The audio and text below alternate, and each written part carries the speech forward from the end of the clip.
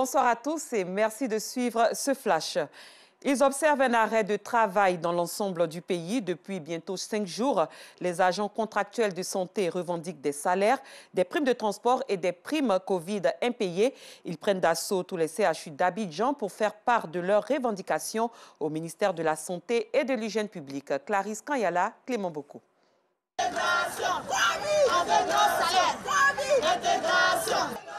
3 à 12 mois de salaire impayé, des primes de transport et des primes de risque liées à la Covid-19 impayées. C'est ce que revendiquent les agents contractuels de santé en grève depuis le 2 août 2022. On ne peut pas ne pas payer le salaire à un employé qui travaille. On peut concevoir 1 mois de salaire, mais c'est inadmissible. 2 mois, 3 mois, voire 6 mois. Il fait comment? Ayez pitié.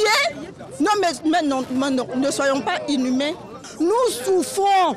Ces agents contractuels sont issus de toutes les disciplines de santé. Ils ont décidé d'assiéger tous les centres hospitaliers universitaires de Côte d'Ivoire chaque jour jusqu'à ce qu'une suite favorable soit donnée à leurs différentes revendications. Le mouvement qui se passe en ce moment est un mouvement national, sur tout le territoire national. Nous partageons les mêmes risques avec nos camarades, mais eux, ils reçoivent et nous ne recevons pas. C'est injuste. Donc, qu'ils réparent cette injustice.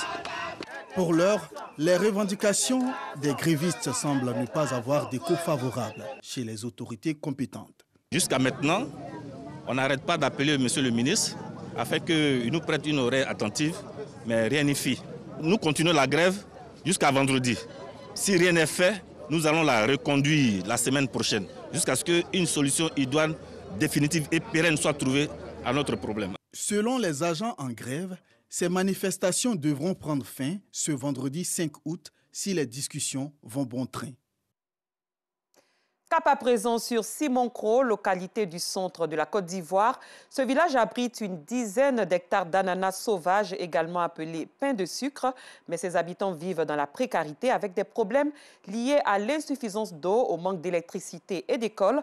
Ils appellent les autorités à l'aide. Nous en reparlerons dans notre prochaine édition. Et dans notre prochaine édition, nous nous intéresserons également aux porteurs de bagages, ces personnes qui portent les affaires d'autrui. Mais ce métier comporte des risques liés principalement aux aléas du transport sur les voies routières.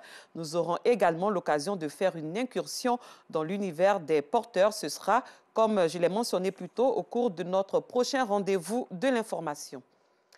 Hors de nos frontières, soumis à un blocus de groupes djihadistes depuis 1 mois, les habitants de Seba, chef-lieu de la province de Yaga, dans le nord du Burkina Faso, ont lancé un cri d'alarme.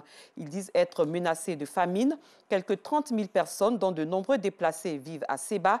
Des commerçants s'étaient organisés pour approvisionner la localité, mais un convoi de 14 camions est resté bloqué à Dori à la suite du sabotage d'un pont sur l'axe reliant Dori à cette localité. Des habitants avaient tenté de réhabiliter le pont de Seba, endommagé le 25 juin, mais un nouveau sabotage le 26 juillet dernier l'a complètement détruit, coupant Seba du reste du pays. Le Parti congolais du travail PCT du président Denis Sassou Nguesso a remporté 111 sièges sur les 151 de l'Assemblée nationale du Congo à l'issue de 2 tours des élections législatives, selon les résultats publiés mardi par le ministre de l'Administration du territoire. Ces scrutins ont été marqués par une faible affluence des votants, selon des observateurs. Les autorités n'ont pas donné le taux de participation à cette élection législative.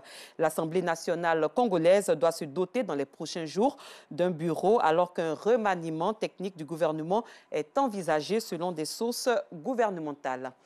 Et pour terminer, 27 avions militaires chinois sont entrés mercredi dans la zone de défense aérienne de Taïwan, où la présidente américaine de la Chambre des représentants, Nancy Pelosi, a effectué une visite.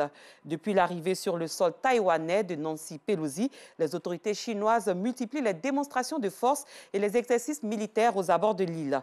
Une réaction à ce qu'ils estiment être une violation des accords diplomatiques entre les États-Unis et la Chine.